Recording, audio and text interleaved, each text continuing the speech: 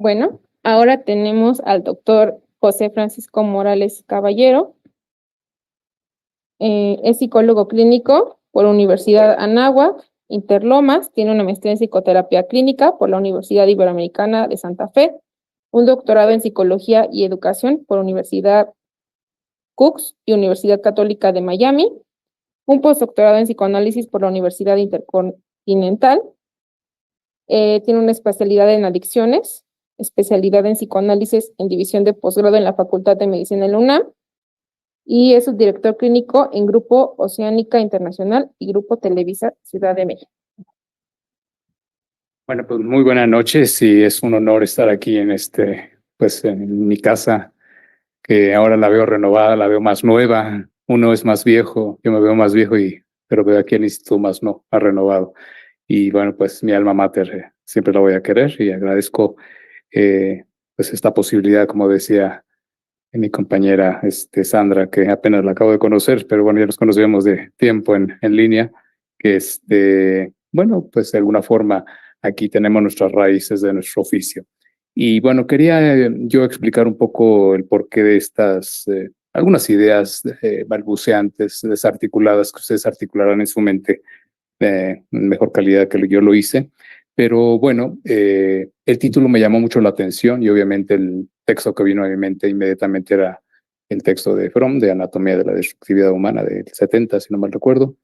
Pero también me vino a la mente un texto que revisé hace muchos años, Las personalidades fronterizas, de Otto Kemper. Y esto no haciendo alusión al trastorno límite de personalidad, que eso es otra cosa, el trastorno borderline, sino él se refería a las estructuras fronterizas como aquellas, digamos ahora catalogadas como narcisismo, narcisismo maligno, trastorno antisocial, desde luego el trastorno límite de la personalidad. Muchas organizaciones difíciles, graves, y que nosotros de alguna forma trabajamos con ellas día a día en nuestro consultorio. Por lo menos yo me encontré con el dilema de que me decían, bueno, esta personalidad o este individuo no se puede analizar porque es antisocial, porque trae un tema de pues un trastorno narcisista bastante maligno o es un trastorno límite de personalidad, ellos que sigan el manual tipo Kemper, cuando el mismo Kemper decía que pues este tipo de trastornos de personalidades eran susceptibles de ser psicoanalizados. Entonces, voy a más o menos a esbozar algunas ideas para que ustedes las articulen de mejor manera que yo lo hice. Dice, la verdad absoluta y científica del positivismo que le tocó vivir a Freud, hoy por hoy es una verdad única e individual.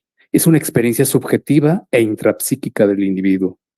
El análisis, como Erich Fromm lo destacara, aunque no con estas mismas palabras, ha abandonado la tecné, es decir, la técnica, y la ha sustituido por la fronesis, es decir, el analista empático, involucrado, no escondido tras un diván ni escondido tras una neutralidad, abstinencia, anonimato, ayudando a que surja una verdad que emerge en el encuentro con el otro, donde algo fundamental va a surgir de esta relación a partir de la espontaneidad, la autenticidad del analista, en su sabiduría práctica de su estado en ser versus el tener, sin ostentar el conocimiento como lo planteara Lacan en su SSS, el sujeto de supuesto saber. Por eso Erich Fromm destaca que la personalidad del analista encarna su método, su técnica y su teoría. La mente tiene una cualidad, y es que a partir del moderno aval, que es un aval extra de las neurociencias, confirma que la mente es relacional. Se organiza, se estructura, se regula, se constituye el aparato psíquico, lo inter y lo intrasubjetivo aparece en la relación con un otro. Ese otro cuidador, figuras de apego, va a regular las desregulaciones de todo ser humano que tiene en los primeros días de su vida. Lo importante es ese patrón que emerja entre el bebé y el cuidador. Ese patrón que va a quedar grabado en ciertas áreas del cerebro, en específico en la corteza órbito frontal derecha, ¿no? Por acá, a la altura del ojo, arribita. De ahí vamos a regular muchas de nuestras relaciones, es decir, cómo nos cuidaron y cómo fueron nuestras figuras de apego en los primeros días y meses y años de nuestra vida. Si tuvo un apego ansioso, inseguro, hablando de apego como habló el doctor Cortina hace unos minutos, un apego ansioso, inseguro, ambivalente, caótico o inexistente, simplemente. Ese patrón de interacción relacional desorganizará mi psiquismo. Lo dejará pobremente estructurado con desregulaciones emocionales extremas. Esto lo vemos muy claramente con trastorno límite de personalidad, ¿no? El problema de la impulsividad, que se bajan a golpear en cada esquina con el automovilista de al lado, entonces bueno, pero bueno, no es el único, ¿no?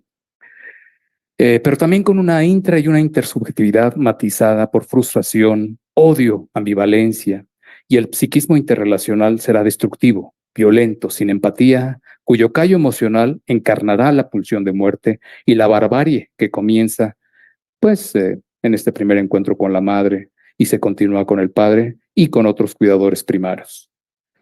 El analista estándar o genérico tiene que ir rompiendo el mito de la objetividad, de la neutralidad y de la abstinencia. Debe estar totalmente implicado. Es analista que no opina, no dice nada, que tiene que saberlo todo.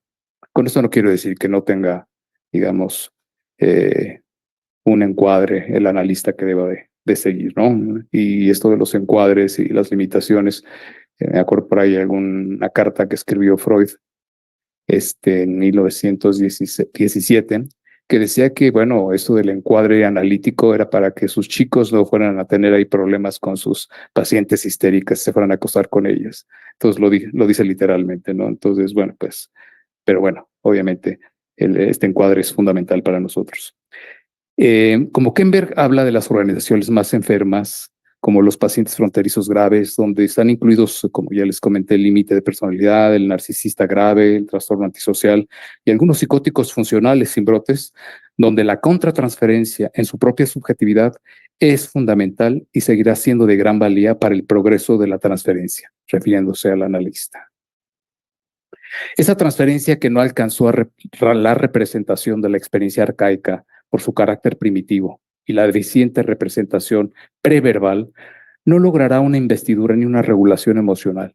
Queda muy fragmentada y escindida, queriendo decir esto que solo puede ser de orden de las sensaciones, de las emociones encarnadas y pegadas en el cuerpo, percepciones, fantasías, en un lenguaje no verbal, únicamente, digamos, hay un autor, un par de autores, Sara Botella y César Botella, españoles, donde hablan que las representaciones con este tipo de personajes o este tipo de personas con desregulaciones muy grandes, las representaciones no se dan. Él propone el término de la figurabilidad, es decir, algo que emerge de la figura, de la imaginación y de la imaginación que emerge de la misma contratransferencia. Ahorita espero explicarlo mejor. El encuentro analítico planteado por el mismo Kember, Merton Gill y el mismo Fromm refieren la transferencia en el aquí y en el ahora, no lo que sucede en este momento analítico, lo que sucede con este paciente y con esta interrelación subjetiva, intrapsíquica, que está aconteciendo en un momento dado. No solo sus imagos infantiles o el mundo de pulsiones infantiles que no logran transferirse o investiduras que no lograron una figura del pasado, a afianzarse una figura del pasado, quedando sus relaciones objetales con un yo desestructurado.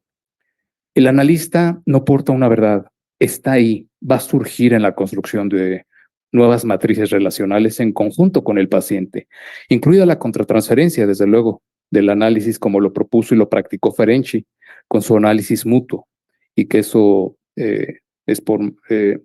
y eso es hoy un elemento contratransferencial del que se habla mucho y que, bueno, ha ayudado a muchos autores como Bion a postular sus conceptos como el reverie, la ensoñación, es decir, el tercero analítico del que habla Ogden, o la famosa terceridad, es decir, hay algo tercero que no es ni el analista ni el paciente, sino un tercer elemento que surge a partir de ese encuentro relacional y que está en la mente de los dos.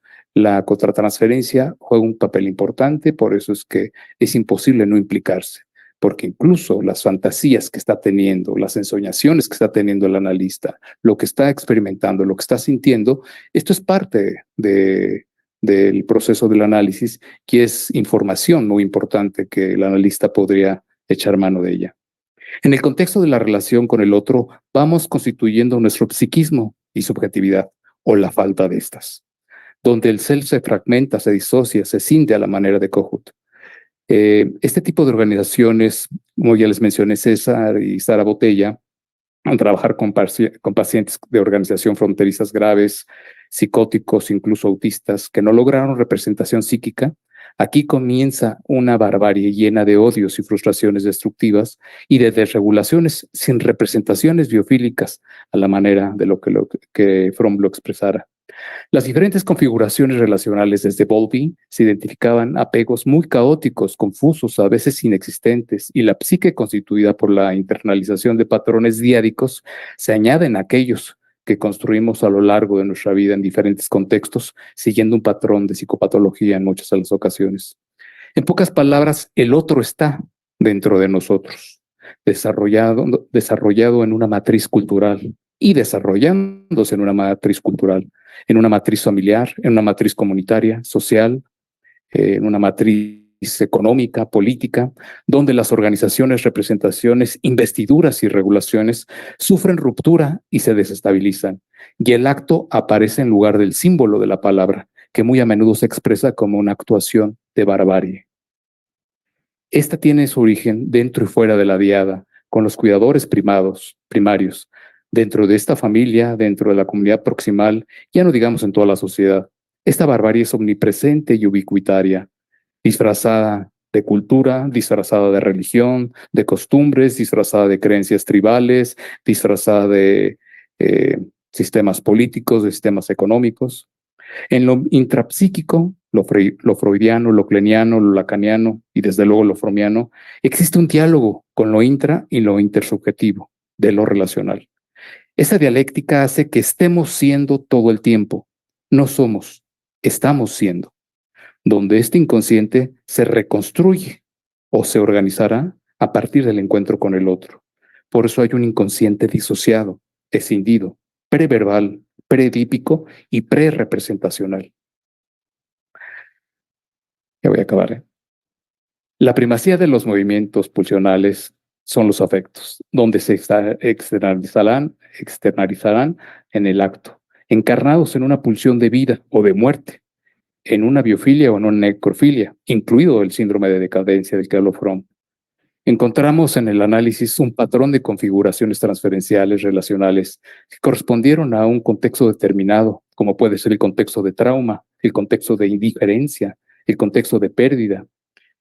André Green tiene un libro que lo tituló La madre muerta, porque bueno, es autobiográfico y parece ser que la madre sufrió la muerte de su hermana y cuando él tenía aproximadamente 5 años, pues pierde esa madre, después de haberla tenido, la pierde y este texto, aunque él no lo dice, pero es autobiográfico, habla de que de repente las madres se pueden melancolizar después del parto, se deprimen, se angustian, caen en situaciones de frustración, de enojo, cuando no hay ese apoyo de la pareja, cuando está sola, cuando hay carencias económicas, cuando hay pobreza.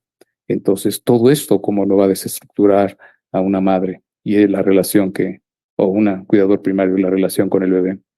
El considerable conocimiento que tiene el bebé acerca de qué esperar y qué no esperar del otro, de cómo sentirse ante el otro, cómo es tratado y cómo tratará al otro, y cómo se tratará a sí mismo.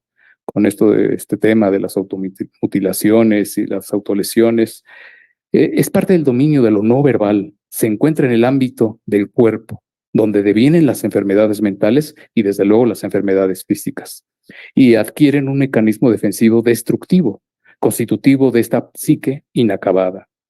Nos vamos constituyendo a través de decenas y cientos de interacciones en momentos muy específicos y vamos constituyendo los efectos de la memoria no verbal, no representada.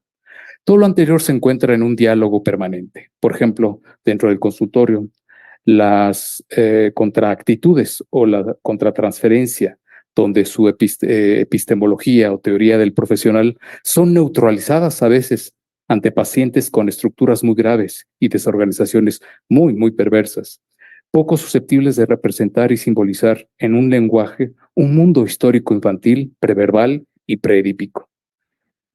La clínica psicoanalítica moderna coloca la dinámica de transferencia contra transferencia en el centro de su práctica y no cesa de representar, regular, dar orden a ese caos barbárico de lo identificado como una estructura intangible.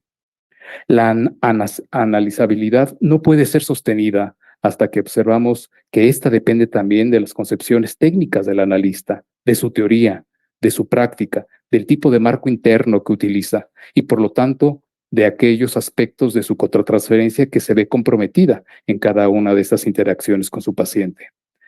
Para concluir, si es que esto es posible, pensaría que debemos observar más de cerca a las personas, a los seres humanos, a los pacientes, y dejar de ver solamente las teorías, métodos, técnicas o epistemologías, que desde luego son necesarias.